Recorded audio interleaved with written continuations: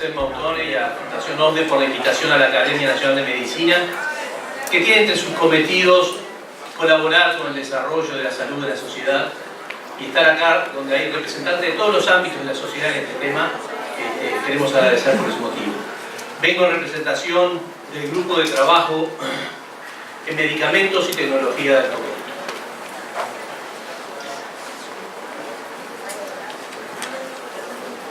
Yo soy un médico que hace asistencia y docencia. No tengo formación en farmacoeconomía, no tengo formación formal de nuestra facultad en bioética y por supuesto no soy jurista ni tengo formación legal. Les voy a dar la visión del médico que atiende todos los días a los pacientes y del docente que tiene que enseñar en este ámbito. Como médico asistencialista hacemos propuestas terapéuticas. Y las propuestas terapéuticas tienen que estar basadas en evidencia científica, con análisis de literatura, en experiencia de manejo de las drogas, en manejo de guías terapéuticas que fueron elaboradas con evidencia científica y con análisis fármacoeconómico. Y todo esto tiene que ser brindado de forma completa y sin discriminación esta información a los pacientes. Es en base a ellos y con ellos que se llega a la decisión terapéutica. Una vez que se llega a la decisión terapéutica, lo que tenemos que saber es si el fármaco entra en el formulario terapéutico médico, del medicamento. Si entra en el anexo 1 va a tratarse, si entra en el anexo 3 se hace un trámite al Fondo Nacional de Recursos. El tema es aquellos fármacos que no están en el formulario terapéutico médico. Para esos pacientes necesitamos ver si el paciente está registrado, si el fármaco está registrado en el Ministerio de Salud Pública. Hasta diciembre, de acuerdo a las ordenanzas anteriores del Ministerio, si estaba registrado, hacíamos un recurso abreviado al Ministerio y si entraba dentro del recurso se trataba, si no, el paciente iba a juicio de amparo. Si no está registrado, iba a juicio de amparo.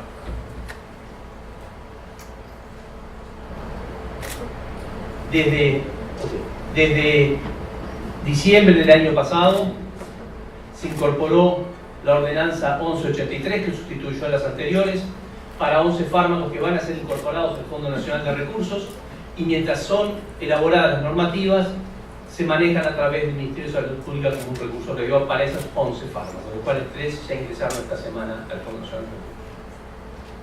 Si el paciente no está dentro de eso, tiene que ir al juicio de amparo. Y se ha discutido sobre la judicialización de la medicina y sí, no es cosa buena que los organismos rectores en salud tengan que dar los fármacos impulsados por la justicia. Pero es un hecho real y que se ve que es necesario, porque por algo han crecido. Y seguramente tendremos, o tendrán las autoridades que evaluar cuáles son las políticas para que esto ocurra menos.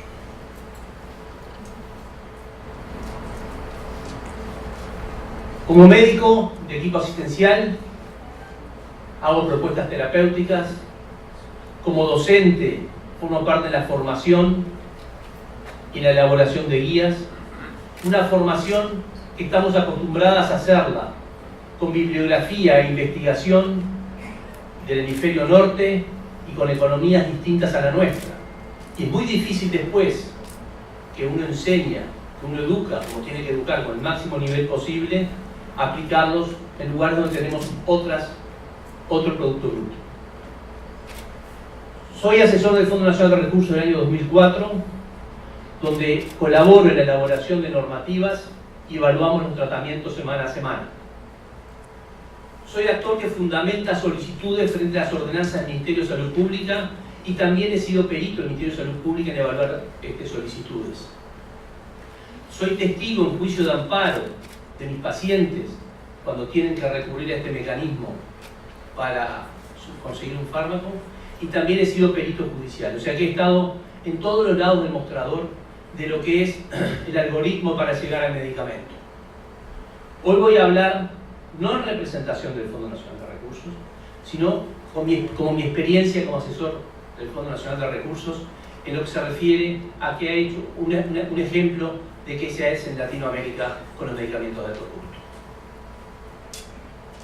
El Fondo Nacional de Recursos, como ustedes saben, es una institución con carácter de persona pública no estatal que brinda cobertura financiera inicialmente a procedimientos y en la evolución a medicamentos de altos costos para toda la población residente en el país y usuaria del sistema integrado de salud. Tiene que ser fármacos de demostrada efectividad. Y cuando hablamos de demostrada efectividad, ¿a qué nos referimos? ¿Cuál es su impacto en cantidad y calidad de vida? Hoy por hoy la medicina ha evolucionado y las afecciones hemato-oncológicas han evolucionado y han mejorado su perspectiva porque hemos entendido que el objetivo no es curar, que el objetivo es aumentar la cantidad y la calidad de vida con los menores efectos posibles. Por eso el parámetro sobre vida global y el parámetro calidad de vida son los que realmente se utilizan para ello. La administración tiene que ser con calidad, con equidad y naturalmente con sustentabilidad. En el año 2004 fuimos invitados por el Fondo Nacional de Recursos para formar parte de la comisión que iba a analizar qué se hacía con dos drogas, las primeras dos drogas de alto costo. El contexto del país era un país que venía de la crisis 2002-2003 y surgían estas dos drogas, el imatinib y el rituximab, con claro impacto en calidad de vida y sobrevida libre de progresión. Eran solo dos en ese momento. Era mucho más fácil que ahora. Pero esto había motivado un montón de juicios de amparo y se decidió integrarlos al Fondo Nacional de Recursos. Fue la primera vez que cuando empezamos a discutir las normativas me enfrenté a esa disyuntiva de lo que es el derecho individual a recibir un medicamento que me ayuda a vivir con lo que es la sustentabilidad del sistema con equidad. Dentro de la academia está el académico Cruzet, que me hizo entender que esto es la oposición entre lo que es ética de la convicción y ética de la responsabilidad. Y esto es lo que es más difícil de manejar. Porque cuando uno está con el paciente, uno tiene un deber con su paciente. Cuando uno está en otro organismo, tiene un deber mucho más amplio. Y es muy difícil manejarse entre estos dos, entre este dilema. A partir de ahí decidimos elaborar normativas. Estas normativas tenían que tener la patología, criterios de inclusión y exclusión, criterios diagnósticos claros. Esto es muy importante. Al fijar criterios diagnósticos y uniformizarlos para poder dar el fármaco, se elevó el nivel de asistencia y se incorporaron tecnologías al país. Nadie puede dar imatinib para tratar una leucemia amiloide crónica si no hace un control molecular de la misma. Porque una droga que es tan cara, si no hay respuesta molecular a determinado tiempo, no tenemos que darla o hay que cambiarla. Y esto permitió la incorporación de tecnología y permitió el uso equitativo de la tecnología en todo el país. Todavía tenemos un escalón que cambiar, que es el más difícil. El Fondo Nacional de Recursos exige algunas tecnologías para sus fármacos que no están incluidas en el PIAS. Entonces algunos pacientes no pueden pagar esos exámenes y terminan no accediendo al medicamento. Y eso es algo que no puede ocurrir, porque en definitiva todos estamos en el mismo sistema de salud. No puede ser que un actor del Sistema Nacional del Sistema Integrado de Salud exija un examen necesario para pagar una droga que no está dentro de las prestaciones, porque es una dicotomía que es insalvable y hace inequitativo algo que es muy equitativo como es el Fondo Nacional de Recursos. Se iniciaron protocolos de tratamiento para uniformizar la forma en que tratamos a los pacientes y se hizo una metodología seguimiento, porque tenemos que saber qué pasa con los pacientes que tratamos. A partir de ahí se aprobaron en ámbito de Ateneos las discusiones, los pacientes. O sea, no era un médico que recibía el dossier y decía este paciente este no entra en la normativa, sino que se hace en ámbito de Ateneo, dentro del fondo. Se valoran resultados y todo esto se tiene que hacer con nivel de evidencia adecuado e información sobre conflictos de interés. En el año 2004 entonces se empezó con la normativa y en enero del 2005 se empezó imatinib y rituximab para las patologías que ahí están. ¿Cuál era la situación en Uruguay en ese momento? Teníamos datos de los linfomas a través de la Comisión Honoraria de Lucha contra el Cáncer. 350 linfomas por año más o menos, de los cuales 120 eran linfomas difusos tratantes de los agresivos, y estimábamos, de acuerdo a los datos del CER, 40-50 lesiones amiloides crónicas por año. En base a eso se hicieron las normativas con la información científica que teníamos disponible, se evaluó costo-efectividad, se hicieron protocolos de diagnóstico, indicación y seguimiento, se autorizó cada tratamiento en ámbito colectivo, se realizaron consentimientos informados, se exigió un informe médico para la entrega de la dosis siguiente para poder seguir la evolución del paciente, se hizo una adherencia, se exigió la adherencia del paciente y de la institución de asistencia a entregar los datos de la evolución, y se realizó una consultoría internacional que avalara el procedimiento. Voy a mostrar algunos datos porque esto es lo que hacemos en Latinoamérica, y esa es la mesa de hoy. Linfomas agresivos. En los primeros 5 años, 360 pacientes con linfomas agresivos, con difuso donde se los ve, y 52 como linfoma follicular grado 3. 400 pacientes con linfoma agresivo. Ahí están los datos demográficos, que no viene el motivo de discutir acá, pero los datos de estadificación y los datos de pronóstico. Lo que quiero mostrar es esto. A 2 años, el 74,7% de pacientes están vivos. ¿Y qué significa esto? ¿Esto es correcto? ¿No es correcto? ¿No podemos comparar? Es muy difícil comparar dos trabajos distintos, pero sí tenemos que saber en qué contexto estamos a nivel internacional. Lo más adecuado nos pareció compararnos con la British Columbia Cancer Agency. Primer nivel, misma población, 78% de sobrevida a 2 años. Con lo cual quiere decir que tuvimos un impacto real en la que es la calidad de asistencia a esta patología. Leucemia amiloide crónica, 2005-2010. Se asistieron en primera línea como debut 168 pacientes. Había otros 100 y pico que venían de tratamientos previos, pero no los podíamos juzgar porque era muy heterogénea la población. Fíjense, en el cuadro de la izquierda de ustedes, el 80% de los pacientes tenía remisión citogenética completa de 2 años, igual que en los trabajos internacionales. Y si miran en la derecha, la sobrevida a los 72 meses de pacientes que sin este fármaco tienen una expectativa de vida de 3 años, la sobrevida en el mes 72 a 6 años era del 88%. Y si lo comparamos a nivel internacional, el trabajo IRIS, que fue el que promovió que esta droga fuera el estándar de tratamiento de leucemia amiloide crónica, a 5 años 90%, nosotros 88,8%. La diferencia es que ellos tenían criterios de exclusión por edad, por comorbilidades, y nosotros no. Como si ¿Era esto equitativo? En los años vimos que al principio no. En el interior era la mitad que en Montevideo. En los años siguientes se logró la equidad en base a charlas que se dieron en sociedades del interior y en congresos nacionales. ¿Era equitativo el punto público-privado? 75% privado, 25% público. En los años siguientes fue mejorando, además de que hay cada vez más, es más grande a través de formaciones en el sector privado. Las normativas para imatinib y rituximab se basan en evidencias científicas, fueron realizados y permitieron la distribución equitativa del fármaco. Y los resultados reflejan que haciendo buen diagnóstico, buen tratamiento, buen pronóstico, es replicable los trabajos originales de las drogas. Esto sirvió como modelo operativo de ejemplo para todas las drogas que hoy cubre el Fondo Nacional de Recursos, más de 70. ¿Podemos mejorar? Sí. Más agilidad de actualización de las normativas, auditoría de historias clínicas, cada tanto tenemos que auditar las historias clínicas que nos envían a ver si realmente es así como se nos dice desde el paciente. Tiene que haber un área encargada de seguimiento de evolución de los pacientes. Hoy es muy grande el universo de pacientes que tratamos y tenemos que analizar resultados y publicar resultados. Es una obligación. Si gastamos 50 millones de dólares al año, tenemos obligación de que todo se publique año a año.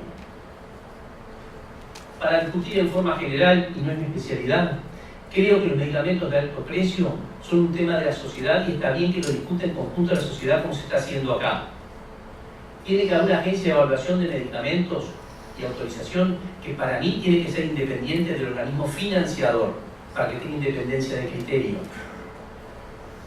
Ya escuchamos los temas de negociación y regulación del precio que se están manejando y que vemos con alegría, pero tenemos que discutir la vigencia de las patentes que frenan el monopolio de la propiedad intelectual por demasiado tiempo y como pequeñas variaciones de molécula prolongan en forma indefinida estas patentes. Pero también tenemos que valorar la calidad y seguridad de los genéricos y los biosimilares que se utilizan en el país. Necesitamos que los médicos y los pacientes puedan confiar en las drogas que conseguimos a menor precio, de que estas son tan buenas como las originales. Y hay que educar a los médicos siempre en el más alto nivel, pero también entendiendo que trabajan en la sociedad, que hay otras prioridades. Y lo más importante, tiene que haber una discusión permanente de la sociedad de este problema. Muchas gracias.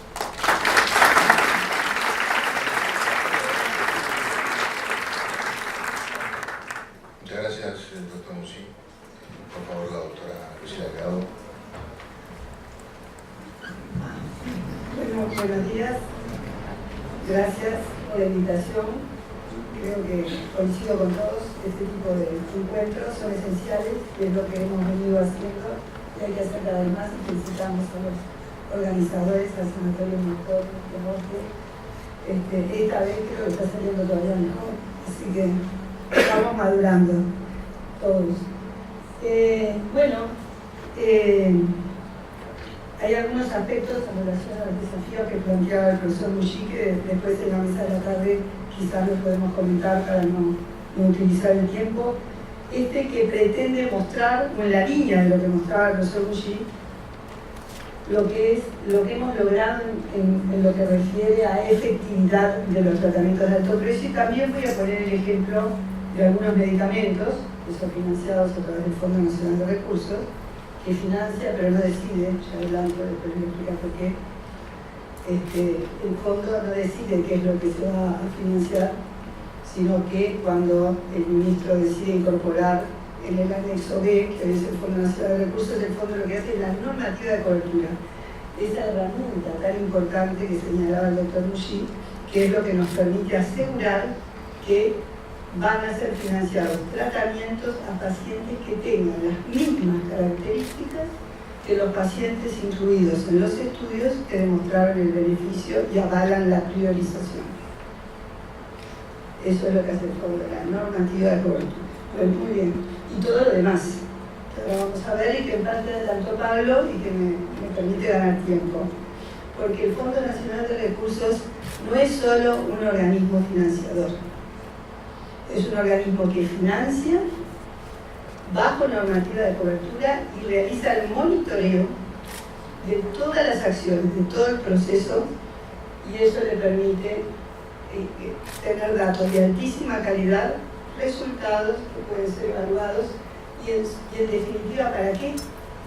En lo que respecta al fondo, el poder analizar y evaluar los resultados que tiene en términos de eficacia, en términos de efectividad, es lo que le va a permitir ajustar las normativas de cobertura a los resultados que tengan. Si el resultado no es el esperado, entonces la normativa de cobertura deberá ser ajustada para poder ofrecer, financiar un tratamiento que tenga la misma probabilidad de beneficio que la observada en los estudios clínicos que avalan el considerar y financiar este tratamiento. Y esa es la responsabilidad del Fondo Nacional de Recursos frente a toda la población.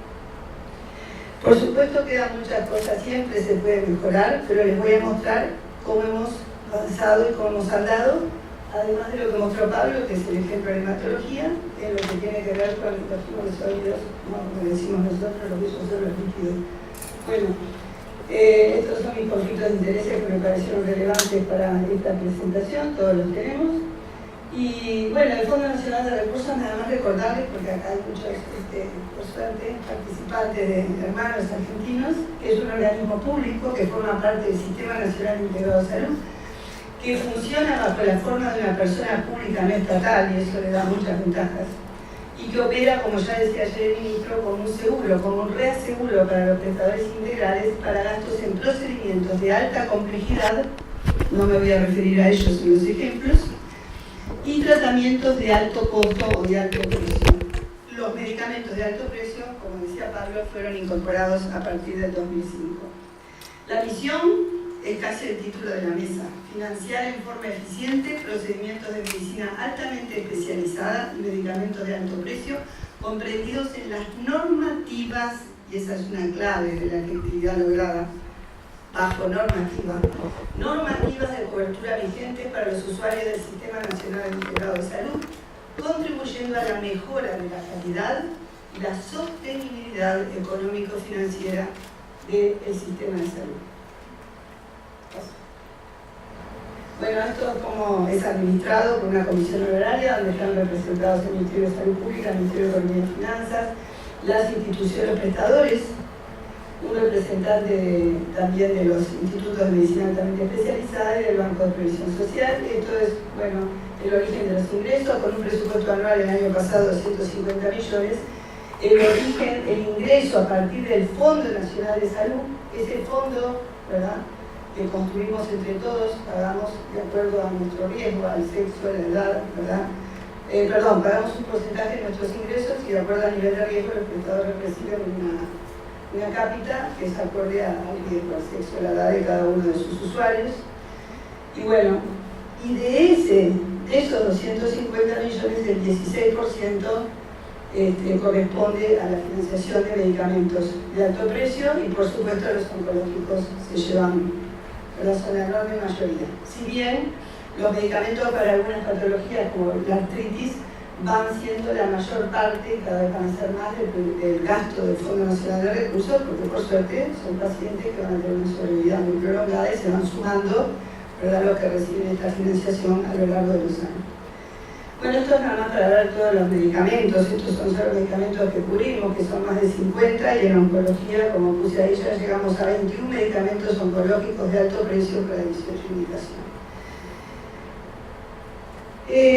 Por supuesto que efectividad de medicamentos de alto precio requiere de una cantidad de estrategias, de una cantidad de acciones, pero de lo que el fondo ha logrado y que tiene que ver, que a nuestro juicio es clave con lograr esa efectividad, es el hecho de ser un comprador único le pone en la mejor posición para negociar precios directamente, también para, por supuesto, desarrollar otras estrategias de compra conjunta, también como comprador único a nivel país, riesgo compartido. El otro elemento es las normativas de cobertura. No financiamos un medicamento para cáncer de mama, no, financiamos un medicamento para pacientes que cumplan, como decía Pablo, con tales criterios de inclusión y exclusión, que son los de los estudios clínicos. Y el monitoreo de esas prestaciones, el monitoreo de todo el proceso, el registro de toda la información clínica, paraclínica y la evaluación de los resultados. Y todo esto es auditado por el propio fondo en muestras y también desde el exterior hemos sido auditados la mayor parte de los años que se viene desarrollando por el IEX de Argentina. Bueno, entonces, dentro de las estrategias de corto y mediano plazo para lograr la efectividad, bueno, ya lo decía, las normativas de cobertura, que Pablo explicó muy bien, o sea que el registro de los datos clínicos para clínicos, y ahí me voy a detener un poco más, y la auditoría de los procesos y el análisis de los resultados. Monitoreo de las prestaciones nos permite, claro está, controlar la demanda a través de la normativa de cobertura, a través de el seguimiento de todo el proceso desde que llega la solicitud. Bueno, ¿cómo hacemos para saber que la solicitud corresponde? Que debe, bueno, ahora les voy a mostrar. El control de la demanda, aseguramiento de la calidad y la sostenibilidad económica. Bueno, entonces, cuando llega una solicitud al Fondo Nacional de Recursos, hay una serie de etapas que se cumplen, ¿verdad? Que esa solicitud, primero la Secretaría Técnica verifica que esté completa, que contenga los formularios completos con toda la información requerida, que ahora les voy a mostrar, y que exista la documentación correspondiente, ¿verdad?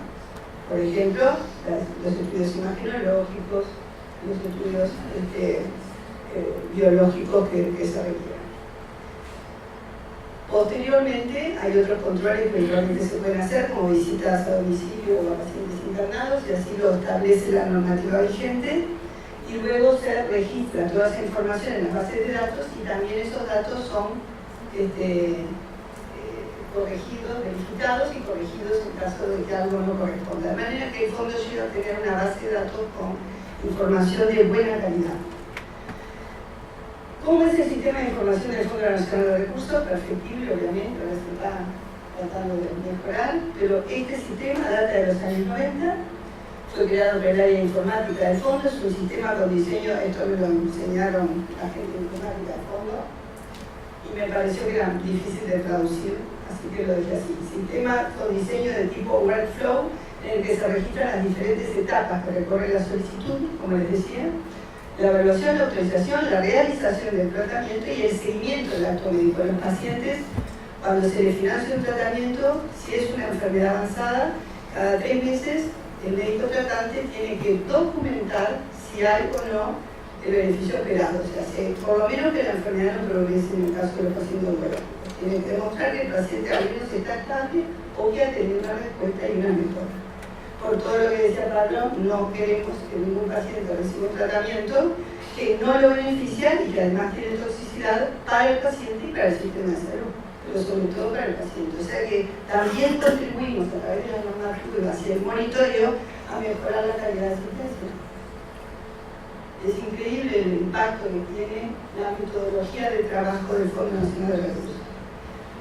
En el año 2005, cuando se incorporaron los medicamentos a la cobertura, se adaptó al sistema de modelo de tratamiento siguiendo el mismo esquema general de workflow, y desde el punto de vista médico las características que se destacan son: cada una de las etapas vinculadas al proceso de cobertura contiene variables clínicas y paraclínicas, como les decía, referidas a la condición del paciente en cada etapa. Estas variables están vinculadas a los criterios de inclusión y exclusión definidas en las normativas de cobertura. El sistema contiene numerosas reglas y algoritmos que permiten validar los datos registrados. Tuve varias veces en informática, me mostraron, creo que entendí. Trabaja muy bien. Y cuando estos datos ingresan en forma remota por el médico tratante, a la fecha, la mayor parte de las solicitudes de inicio de tratamientos y procedimientos realizan formularios en papel, que ya estamos tratando con la agencia de AGESI, que sean formularios no en papel, ¿verdad? Electrónicos. Y estos son ingresados al sistema por licenciados de registros médicos que verifican que la información está correcta. Los datos médicos después son controlados por un ateneo médico, donde se revisa toda la información contenida en los formularios. Aquí hay un ejemplo para cáncer de mama, de solicitud de cobertura de un tratamiento con trastuzumab, por ejemplo. Se verifica en un ateneo médico de que el formulario esté completo y que contenga toda la documentación que verifica que esa es la situación del paciente. Cada una de las variables que se registran son datos procesables. Como les decía, a la fecha tenemos millones de datos de diferentes tratamientos que se cubren. Tenemos una Big Data nacional, creo que es la única Big Data nacional de salud, además del Registro Nacional de Cáncer, que con información del 100% de los pacientes uruguayos que recibieron tratamientos para las patologías que cubrimos. Las herramientas que utilizamos para el procesamiento de análisis, bueno, son por todos conocidas, no voy a insistir, lo que hace informática, acá está, los paso, por motivos de tiempo.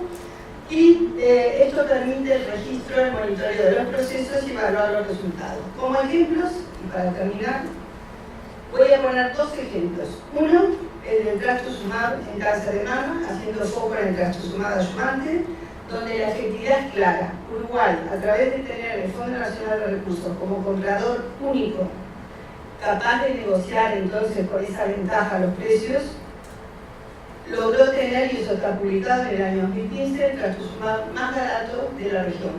Trastuzumab original más barato de la región. Precio. Todas las normativas de cobertura, acá tenemos la evaluación de los resultados a 10 años de todas las pacientes tratadas con trastuzumab en el Fondo Nacional de Recursos, que son prácticamente todas las pacientes uruguayas que lo han requerido. Son 1.944 pacientes, de las cuales quiero hacer foco en la adyuvancia, que es el tratamiento potencialmente curativo. 1.223 lo fueron en adyuvancia con cáncer de mama precoz, y con una mediana de seguimiento de 44 meses, la sobrevida a 5 años para estas pacientes fue del 87%. ¿Cómo se compara esto con los estudios clínicos que están en la base de haber incorporado trastuzumab adyuvante a la cobertura? La sobrevida es exactamente la misma. Bueno, acá muestro para cáncer avanzado. Estos son los resultados del estudio ERA, que tiene los mismos criterios de inclusión y exclusión que el Fondo Nacional de Recursos para trastuzumab adyuvante, y el tratamiento a un año, que es el rojo, tratamiento con trastuzumab por un año, que es lo que está validado y lo que está incorporado a la cobertura del Fondo Nacional de Recursos, tiene una sobrevida a 5 años de 86.9. El mismo número de pacientes que el fondo, más o menos, más, 1.000 y pico, nosotros 87%.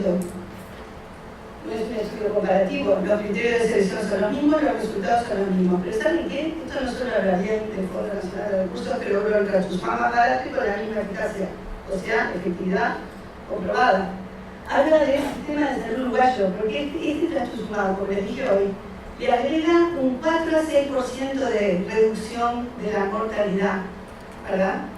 O de mejora en la sobrevida. Todo el resto es un 25 a 30%, lo puso la quimioterapia, la hormonoterapia, la receptor positiva, Y en la sobrevida global lo puso la cirugía, el diagnóstico, el acceso al tratamiento, la cirugía bien hecha, la radioterapia, la quimioterapia, la hormonoterapia, y un 4 a 6% esto. Estos resultados no son solo el trasfusión financiado por el fondo, son los resultados para cáncer de mama 2 positivo del sistema de salud y del acceso a detección temprana, diagnóstico y tratamiento de Uruguay. Y son datos nacionales y con los mismos números que los estudios clínicos internacionales. Lo mismo pasó, y con eso termino, el otro ejemplo, en medio segundo no lo voy a mostrar, es cómo también logramos la efectividad cuando revisamos la literatura, tenemos datos propios, somos capaces de contrastar nuestros resultados con los de la literatura y podemos reducir costos, ¿verdad? Cambiando un fármaco por otro que ha demostrado ser no inferior, pero que cuesta mucho menos. Y es el ejemplo de sunitinib, que es un excelente fármaco, y pazopanib para el cáncer de riñón metastásico, donde el estudio internacional que los comparó demostró que no era inferior pazopanib. Dice también que es mejor tolerado, no sé, pero demostró la no inferioridad en términos de sobrevida. Nosotros en el fondo analizamos nuestros resultados, ¿verdad?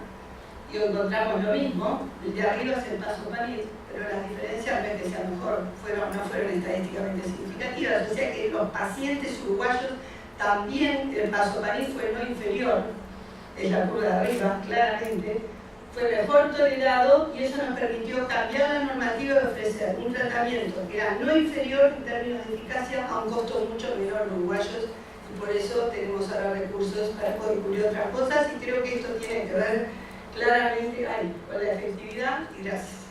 Muchas gracias, Ricardo.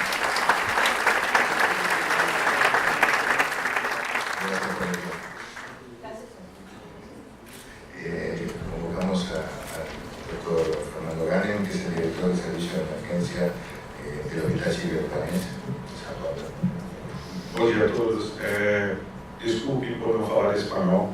É uma honra estar num fórum deste nível e vamos representar o hospital e trazer um pouquinho da experiência do Hospital Sírio-Libanês de São Paulo, Brasil.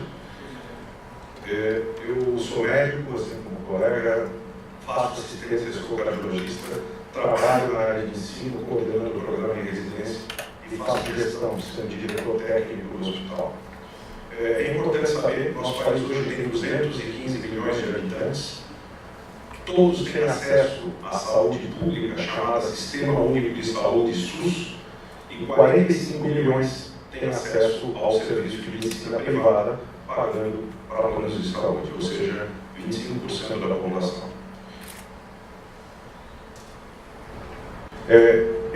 Para abordar o tema, preciso explicar como funciona o sistema de saúde sírio-libanês, e vocês vão entender por quê. Ele atua hoje na área de assistência, de ensino, pesquisa e de responsabilidade social. Na área de assistência médica, o hospital matriz tem 470 leitos, com capacidade para 611, 95 mil atendimentos de emergência, um corpo clínico aberto, ou seja, médicos das suas clínicas privadas trazem o paciente, 80% dos pacientes que vêm ao hospital vêm trazido pelos seus médicos privados, com 6.600 colaboradores. Esse hospital fica no centro de São Paulo, numa grande estrutura. Ele consta... Ele tem um prédio, são 4 torres de prédio. Não estou conseguindo passar. Esta é a casa original onde começou o hospital, e ele era desse tamanho, e isso explica um pouco como as coisas mudaram. Eu tenho dificuldade em adiantar.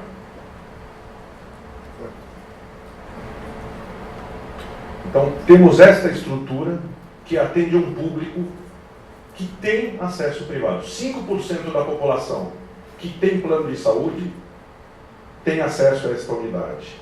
Tá? E ela é uma estrutura bem adequada, com unidades diagnósticas.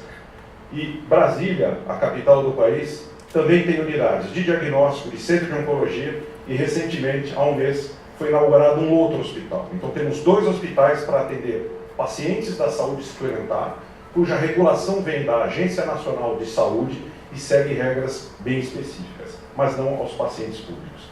Esse é o Hospital de Brasília, menor, com 144 leitos, ainda começando com um corpo clínico pequeno. Na área, os 2 hospitais estão sendo certificados pelas acreditações internacionais de qualidade, como Joint Commission, reabilitação, OSAS, acreditações na área de informática e TI, selo amigo do idoso e prédio amigo do ambiente. Na área de ensino e pesquisa, esta instituição responde por várias atuações, com estrutura para aulas, treinamentos, biblioteca, sala de telemedicina, laboratórios de robótica, treinamento em vida, apoio aos treinamentos de ACLS, ATLS e PAUS para toda a equipe multiprofissional. E na área de ensino não temos graduação, mas temos pós-graduação, doutorado, mestrado e residenciamento. Além disso, pesquisa com uma infraestrutura em terapia celular, biobanco, informática e cirurgia experimental. Nos últimos anos há um crescente, eu peço desculpas eu estou com dificuldade, crescente produção científica com dados da instituição. Este é um mundo. Além disso, o Hospital Sírio-Libanês é um hospital filantrópico e, através de parcerias com o governo, 5 hospitais brasileiros de excelência foram eleitos para cuidar da gestão de hospitais públicos. E hoje o Hospital Sírio-Libanês, o Sistema Sírio-Libanês, coordena 3 hospitais públicos em parceria com o Estado, e esses hospitais constam com 540 leitos, notem, 480 profissionais. Naquele temos 4.000, e nesse temos 480 profissionais. E uma estrutura muito menor, com menos recurso humano. Um hospital numa cidade próxima de São Paulo, de Jundiaí. Esse hospital está, chamado Grajaú, ele está numa região de 1,5 milhão de pacientes. E este é o único hospital para dar atendimento à população. Para os senhores terem ideia, a expectativa de vida de um brasileiro na melhor região de São Paulo é de 75 anos. Nesta região, a expectativa de vida é de 50 anos. Isso não pode acontecer. Essa diversidade, num raio de 15 quilômetros, você ter diferença de acesso e de recurso para a população, é um desafio muito grande. Então, de um lado, cuidamos de uma população premium, e de um lado, temos a responsabilidade de levar saúde à população. Nós não conseguimos dar a mesma hotelaria e o mesmo luxo que damos na matriz, mas temos a obrigação de dar a qualidade, a segurança e a boa prática a essa população. Esse é o desafio da instituição nos últimos 2 anos. E isto tem nos surpreendido. Achávamos que não conseguiríamos fazer isso. Hoje, esses hospitais passam por acreditações também. Nossos protocolos são levados a eles. Os treinamentos que fazemos na nossa matriz estamos levando a esses hospitais. E, além disso, esse é um hospital só de pediatria e uma escola de transplantes, que é o maior serviço transplantador de fígado, e a maioria dos pacientes são públicos, em patrocínio com o governo, e cardíacos e hepáticos, e essa é a área de atuação do hospital hoje, em projetos de ensino, em redução de sepse, diminuição de câncer de mama, plasma rico em plaquetas, enfim, diversas áreas de atuação, com parceria com o governo, para levar o que há de qualidade para esses lugares com menos recursos. Coincidentemente, nesta semana, tivemos o 2º Fórum de Saúde no nosso país, patrocinado no nosso hospital. Ministro da Saúde, Ministro da Justiça, do Tribunal Superior de Justiça, todos os juristas se reuniram por 2 dias para fazer o que estamos fazendo aqui hoje. Foi há 4 dias atrás em nosso país. E esta temática foi totalmente abordada. O que fazemos hoje no hospital? Quando 2 revistas de projeção, uma na área de medicina e outra na área de gestão, começam a discutir o que é valor, chegou um momento que o desperdício não é mais tolerado, ele não é mais aceitável. E o mundo caminha para isso.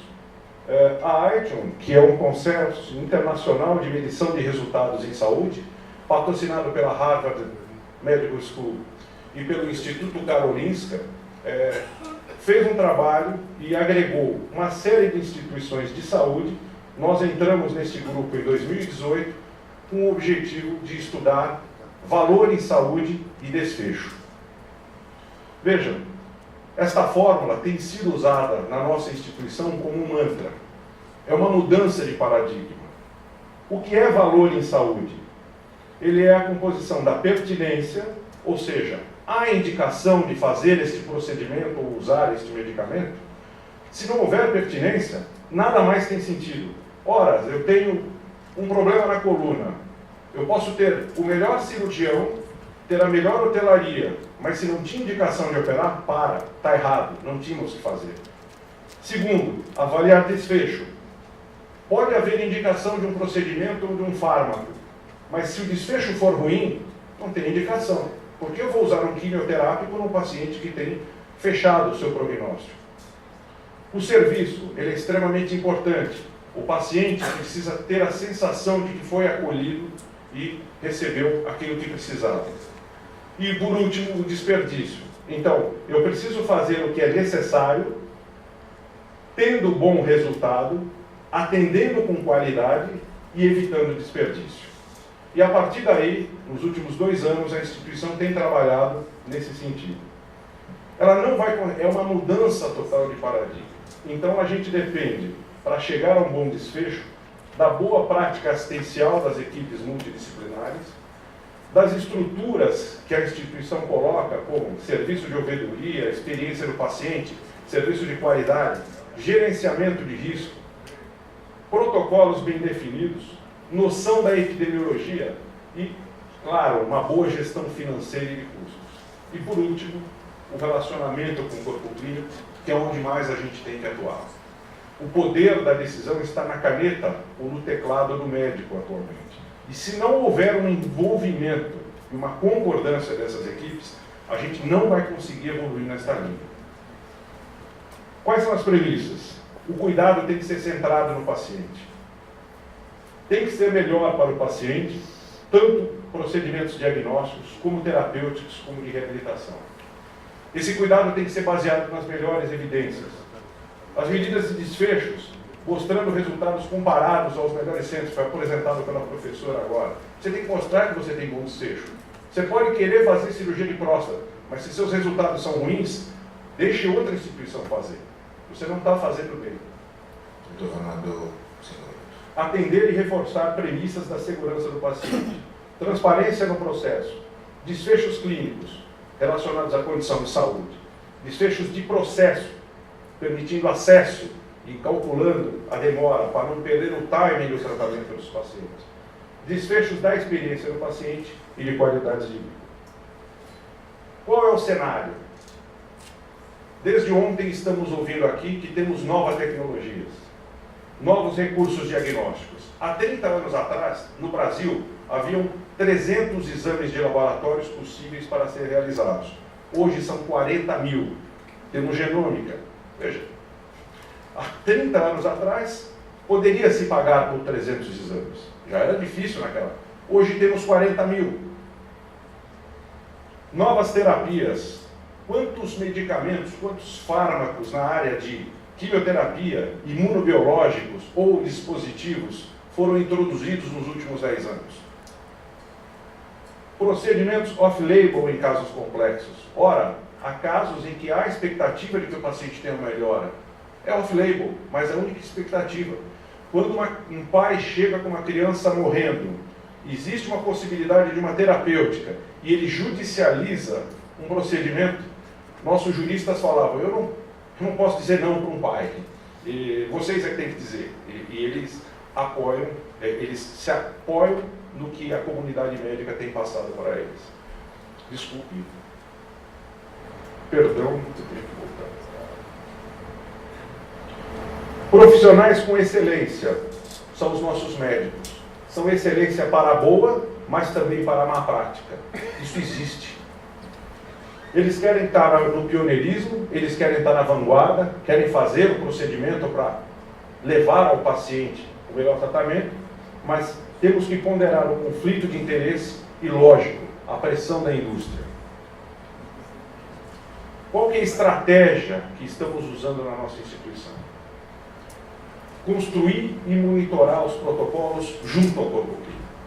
Qualquer um de nós abre agora e descobre qualquer protocolo pelas sociedades de especialidade. É muito fácil ter um protocolo.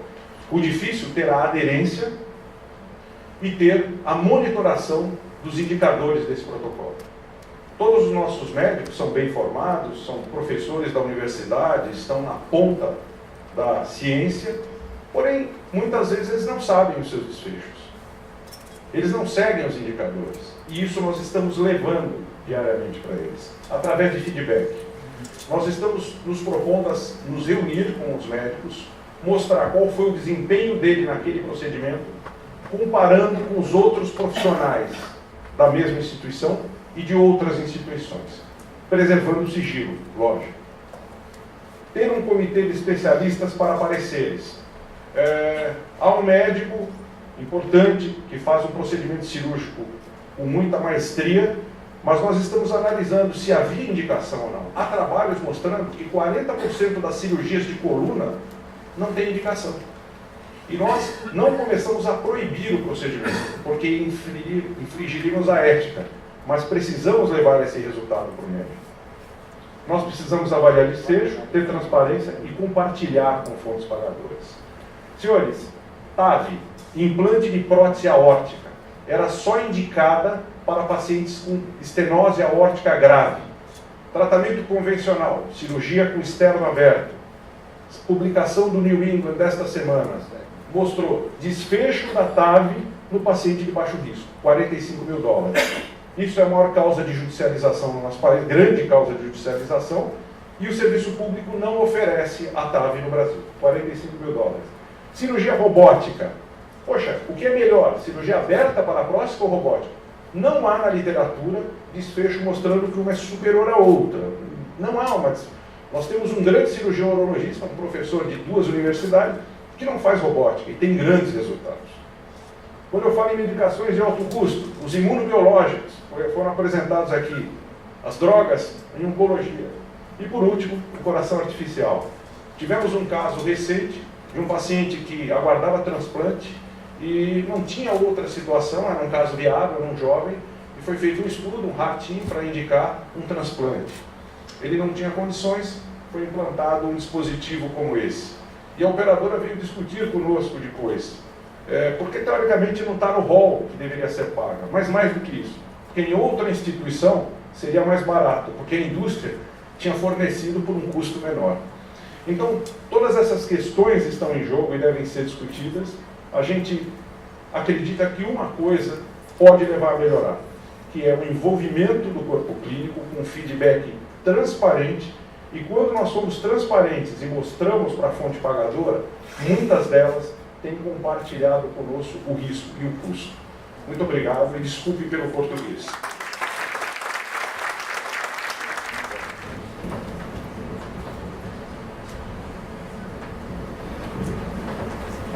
Anda, hola.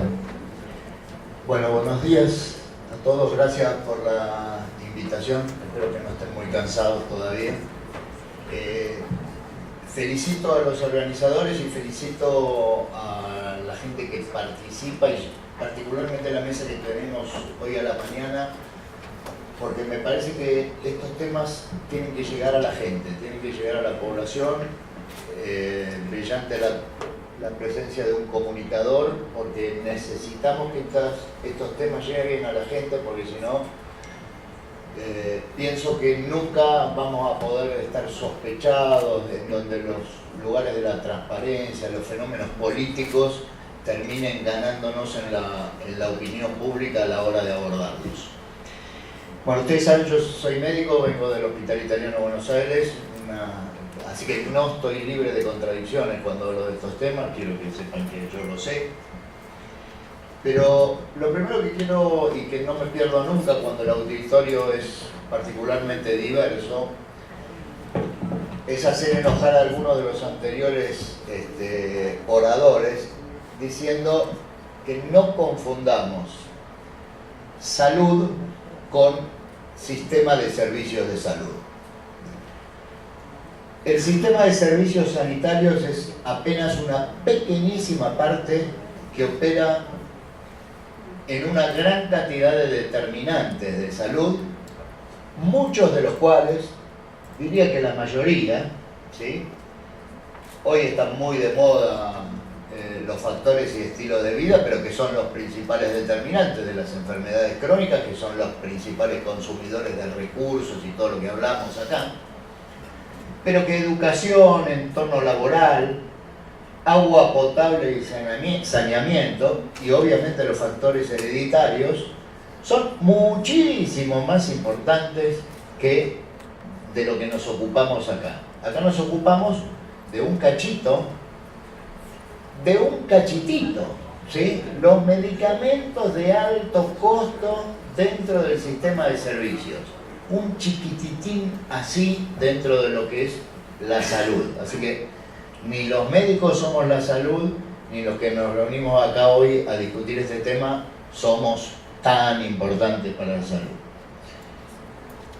Tan es así que tampoco nunca me pierdo de poner este diapositivo. Este es un gráfico muy interesante que, digamos, mira 3 eras desde el año 1700 aproximadamente, en que uno puede inferir algunos datos, y qué pasó con la mortalidad, ¿sí?, en la población del mundo. Y si uno mira eso, ve claramente 3 eras. Una era en donde los alimentos no alcanzaban para alimentar a la población, y en la medida que fueron alcanzando, fíjense cómo cae la mortalidad. Una era que tiene que ver con la sanitación, digamos, con el acceso al agua potable y a las cloacas, etcétera, etcétera, en donde la caída también es muy significativa. Y acá ponemos, bueno, a Fleming la penicilina, si ustedes quieren, las primeras vacunas, etcétera, en donde fíjense que ya la caída es, no me anda mal la luz, sí, bastante menos pronunciada. Fíjense qué pasa en el mundo a partir del año 90, yo después les voy a mostrar unas curvitas de esta explosión de consumo de recursos materiales en servicios de salud. ¿Qué pasa con la mortalidad en el mundo? Poco y nada cambió, ¿sí? Entonces, nosotros nos juntamos, discutimos medicamentos de alto costo, el impacto, en términos sanitarios, ¿sí?, estamos discutiendo una pequeñísima parte de la historia. Particularmente en mi país, en donde cerca del 40% de las personas no tienen cloacas y un 15% no tienen acceso al agua potable, o sea, estamos en la era 2. Que discutamos medicamentos de alto costo en el segmento de acceso a los servicios sanitarios me parece bien, pero ojo con confundirnos, tenemos muchos deberes por hacer previamente. Comer, ya comemos bastante, de hecho tenemos problemas por comer de más que por comer de menos. La segunda cosa es que, bueno, digamos, no me voy a extender en esto, pero seguramente vamos a estar en estas 2 jornadas hablando sobre todo del modelo de financiamiento. Y muchos de los expositores hicieron alusión a las necesidades para que el modelo de financiamiento sea suficiente, de trabajar mucho en el modelo de atención y particularmente en el modelo de gestión. Los sistemas sanitarios tienen todavía déficits notables en su modelo de gestión. Otro concepto que discutimos acá y escuchamos y repetimos porque nos hace sentir muy bien es el de equidad. Todo tiene que llegar a todos. Yo vuelvo a preguntar a los que son jueces o a los que son abogados, ¿cuántos recursos de amparo presentaron después de ver ese diapositivo anterior porque una persona no tiene cloacas?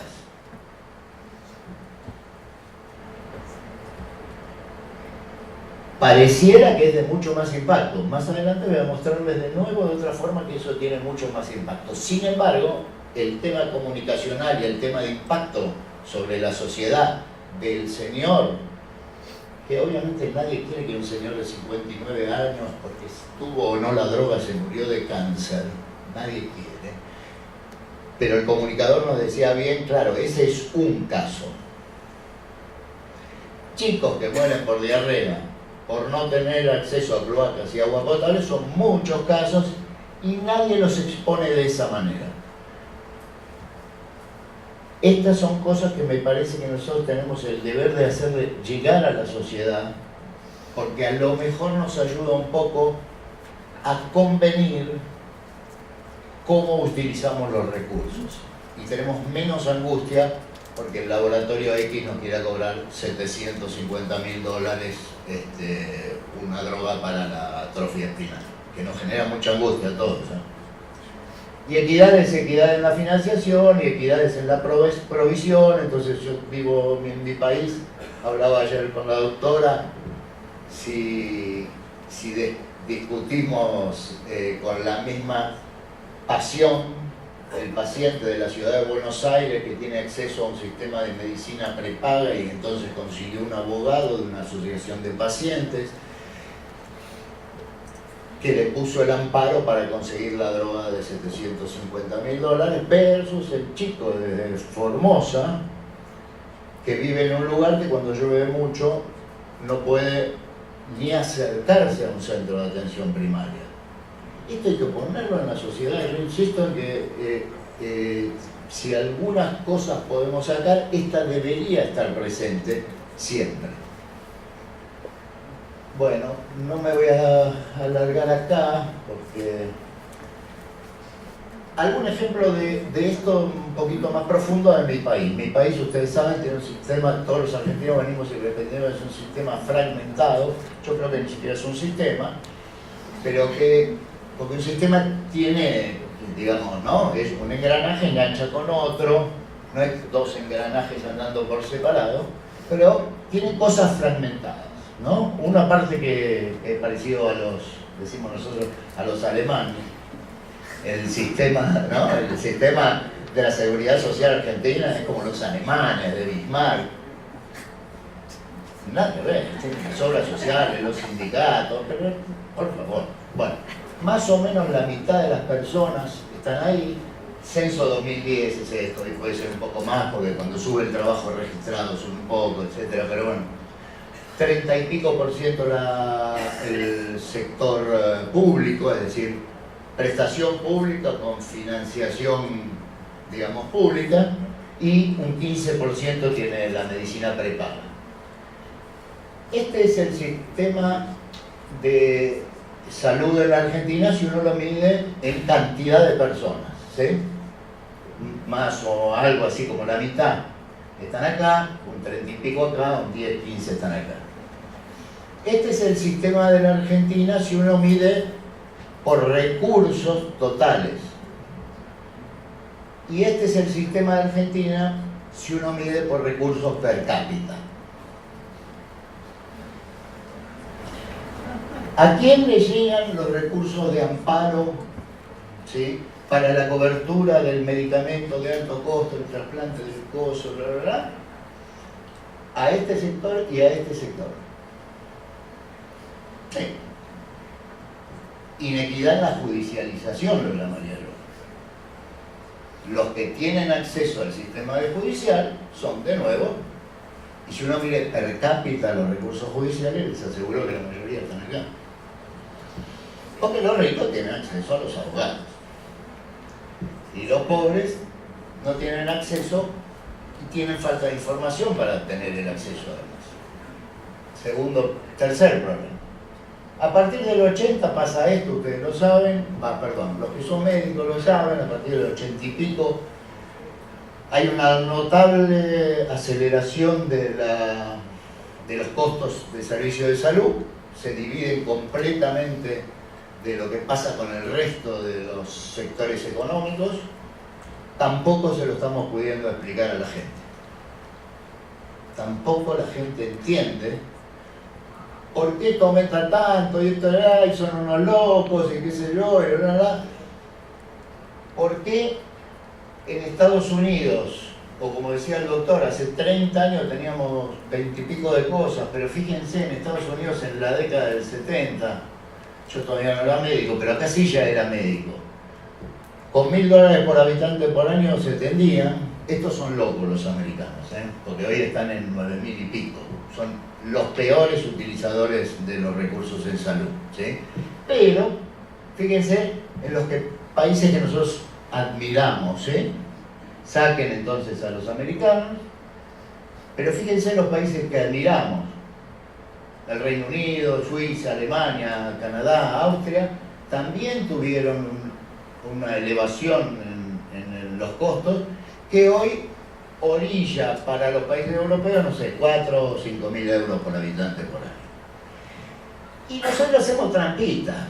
Decimos, perdón el que lo dijo, el colega que habló y dijo, destinamos la misma cantidad de recursos que cualquier país porque destinamos el 8, el 10, el 9% del Producto Bruto.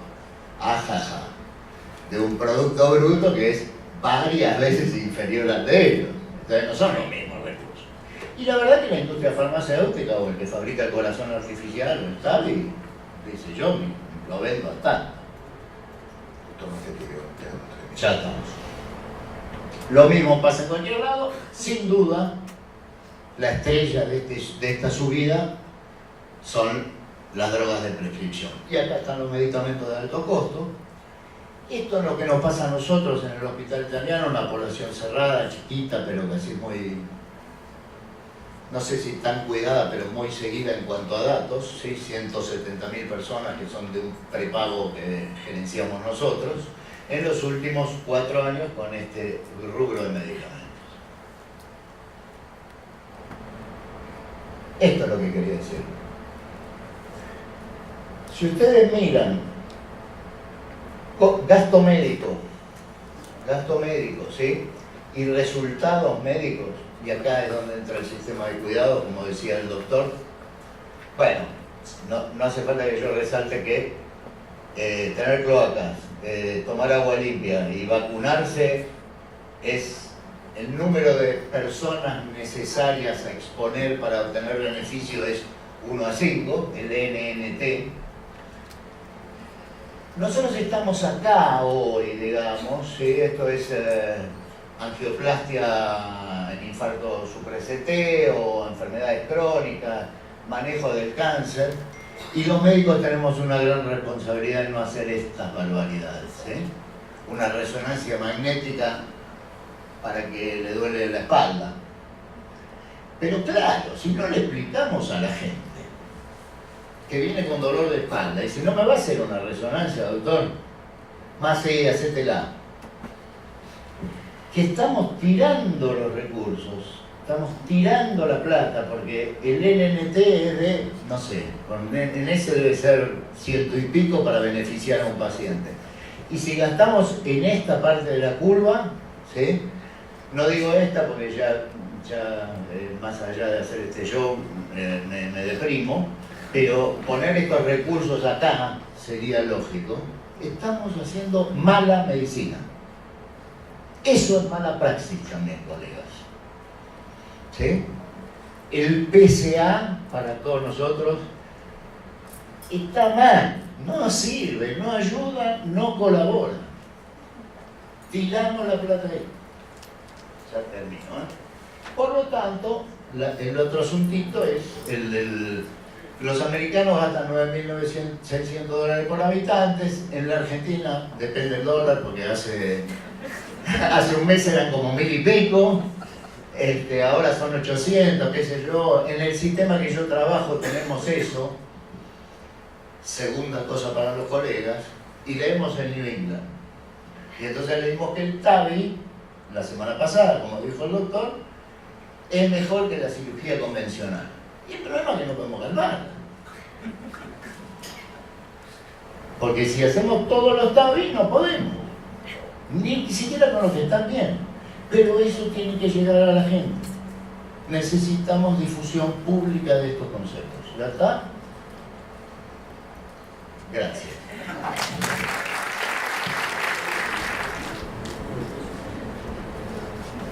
Bueno, buenos días a todos.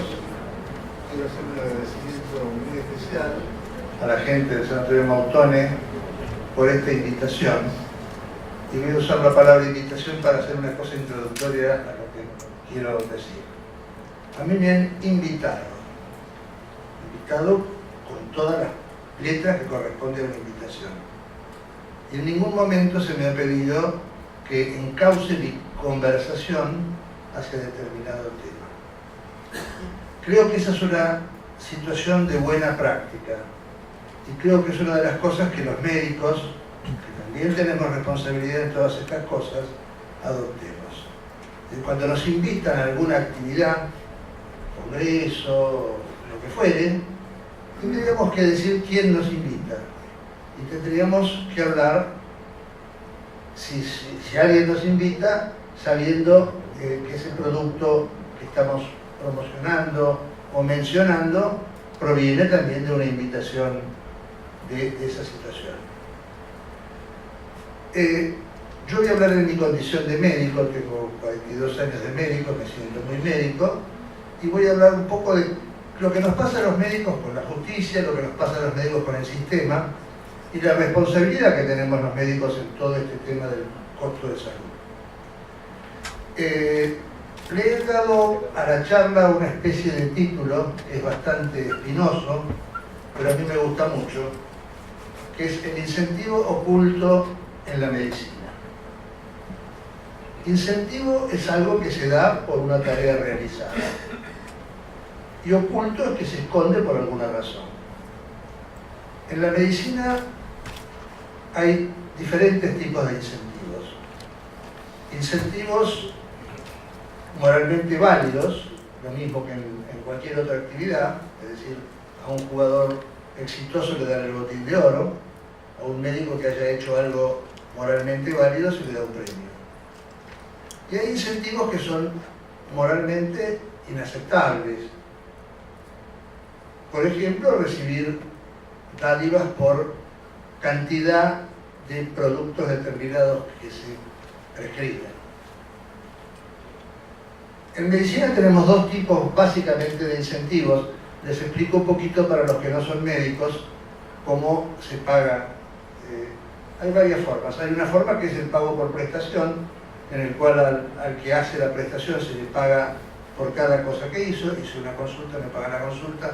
Es al médico y a la institución.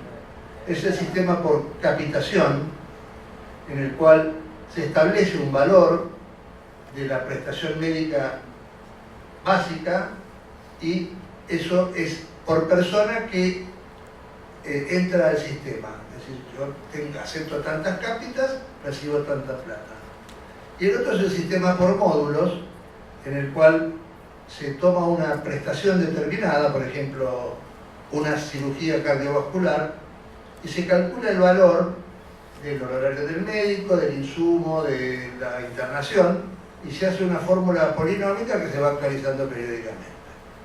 Entonces de ahí ya uno puede deducir qué tipos de incentivos hay. Si yo tengo un contrato por prestación, voy a tratar de hacer la mayor cantidad de cosas posibles. Y si tengo un contrato por capitación o por módulo, voy a tratar de hacer la menor cantidad de cosas posibles. Dentro de eso, bueno, hay diferentes tipos de incentivos, pero es un poco para tener una idea de cómo es. Los médicos hemos tenido que aprender todos estos lenguajes, cápita, módulo, nomencladores. Es ajeno al sentido de nuestra profesión, pero lo hemos tenido que hacer para, de alguna manera, sobrevivir. Desde lo legal, también hay incentivos. Si los médicos, por lo menos en Argentina, estamos muy preocupados por lo que hemos dado en llamar la litigiosidad indebida, que es las acciones hacia los médicos sin una causa justa y sin tener los médicos un criterio corporativo en cuanto a esto. Los médicos tenemos que ser los primeros en poner normas, poner códigos, poner tribunales, como para separar la paja del trigo. Pero realmente hay una industria de la mala praxis que la hemos podido mitigar un poquito con estas reuniones que venimos haciendo hace ya 15 años con la justicia, en la cual les explicamos nuestra problemática y ellos a su vez nos cuentan sus cosas y lo hemos conseguido mitigar un poco. Pero de cualquier manera nos angustia este problema. Y hoy se mencionó que hubo una persona que murió antes de recibir la autorización del tratamiento oncológico, y yo les voy a contar que en Argentina hubo 2 médicos, uno en Buenos Aires y otro en Córdoba, que se suicidaron por no aguantar moralmente una demanda de mala praxis. Después la demanda no les salió favorable, pero es el castigo, digamos, moral de quien hace las cosas bien, de sentirse mal. La medicina siempre ha sido una profesión de liderazgo dentro de la comunidad que la cobija. El médico ha sido consultado por muchas otras formas o problemáticas que no son solamente las médicas, y eso ha sido de alguna manera un incentivo muy grande para el médico. Esto no es un tema económico, sino que es un tema de sentir. Y eso es lo que hace que todavía, estando las cosas como están, haya mucha cantidad de chicos y chicas que estudian medicina. Así que ese es un incentivo que tenemos los médicos.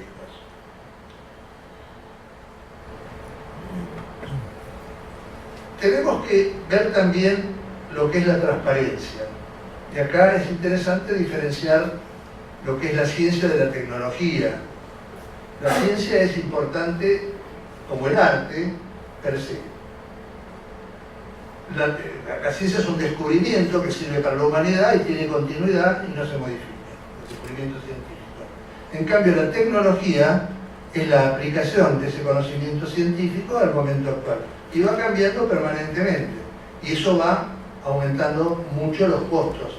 Entonces hay que tener mucho cuidado en el que prescribe la tecnología y en el que habilita la tecnología. Voy a decirles un poquito lo que es ser médico y las cosas que nos pasan en relación a estas presiones. Ser médico no es solamente tener un título habilitante, porque eso no es tan complicado, sino que es reunir 3 cosas. Una que es el arte de cuidar, que es necesario, no se puede ser médico sin esa situación. Es algo que venimos heredando de los hechiceros, de los brujos, de los chamanes, que es esa vocación de atender a alguien que está teniendo un padecimiento. Lo otro es el marco ético, es decir, nuestra profesión juega con la vida y la muerte de nuestros pacientes, entonces eso indefectiblemente se tiene que manejar dentro de un marco ético. Y el tercero es el conocimiento científico y tecnológico, sin lo cual hoy día no se puede ser médico, pero haciendo hincapié en esa diferencia que hay entre lo científico y lo tecnológico.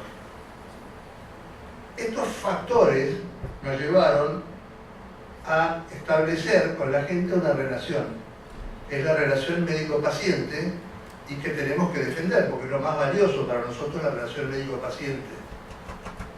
Esta es una relación una relación como de una simbiosis, un matrimonio entre nosotros los médicos y nuestros pacientes. Interactuábamos uno a uno. Poco a poco fueron interviniendo en esta situación numerosos actores que fueron modificando la cosa y generando a su vez incentivos. Fuimos los propios médicos, porque somos muchos, porque estamos mal distribuidos, porque muchas veces estamos mal formados, porque estamos formados en universidades sin un espíritu humanístico que generan técnicos y no profesionales o médicos.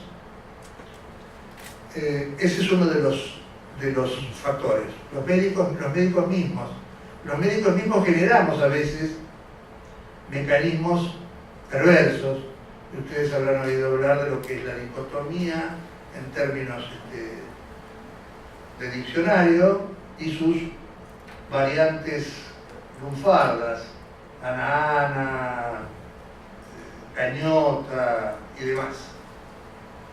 También han intervenido en esta situación, ya han mencionado a los periodistas. El periodismo es una profesión liberal. El periodismo es una profesión liberal igual que la medicina. La medicina es o era una profesión liberal. Hoy día es menos liberal que lo que era antes porque está más sujeta a un sistema. El periodismo, además de ser una profesión liberal, tiene que actuar con responsabilidad. El médico también tiene que actuar con responsabilidad. Entonces, yo creo que el periodista, antes de hacer un lanzamiento, tiene que tener un aval de trabajos adecuadamente calificados o el apoyo de determinadas entidades científicas como para que eso no sea una cosa disparatada. El marketing de la salud es un marketing apuntado a la enfermedad. Vende enfermedad. Si uno se levanta a la mañana, tiene que tomar el yogur para estar livianito, al mediodía tiene que... ¿no? Todo está apuntado hacia la enfermedad, pero no hacia la salud. Es muy poco el trabajo periodístico destinado a la salud o a la prevención. Y bueno, y también la justicia nos ha llevado a situaciones de uso excesivo de los recursos por el tema de la litigiosidad indebida. Los médicos, ¿cómo hemos respondido a la litigiosidad indebida? ¿Cuál ha sido alguna de nuestras defensas? La medicina defensiva. La medicina defensiva consiste en pedir cosas de más para eventualmente estar a cubierto o protegidos de una situación judicial, o pedir cosas de menos. Esto se da más en los médicos más grandes, que tienen por ahí la capacidad de resolver cosas complejas, pero que prefieren no hacerlas porque haciendo esa cosa compleja prefieren hacer una chiquita o delegarlo en otro, para de esa manera no tener responsabilidad social, responsabilidad legal. Doctor, quedarían 3 minutos. Bueno, listo entonces. Bueno, muy bien, entonces este es el escenario en el cual nos estamos desenvolviendo. Creo que es muy bueno tener contacto con abogados y jueces para que un poco entiendan nuestra problemática, y agradezco mucho la invitación.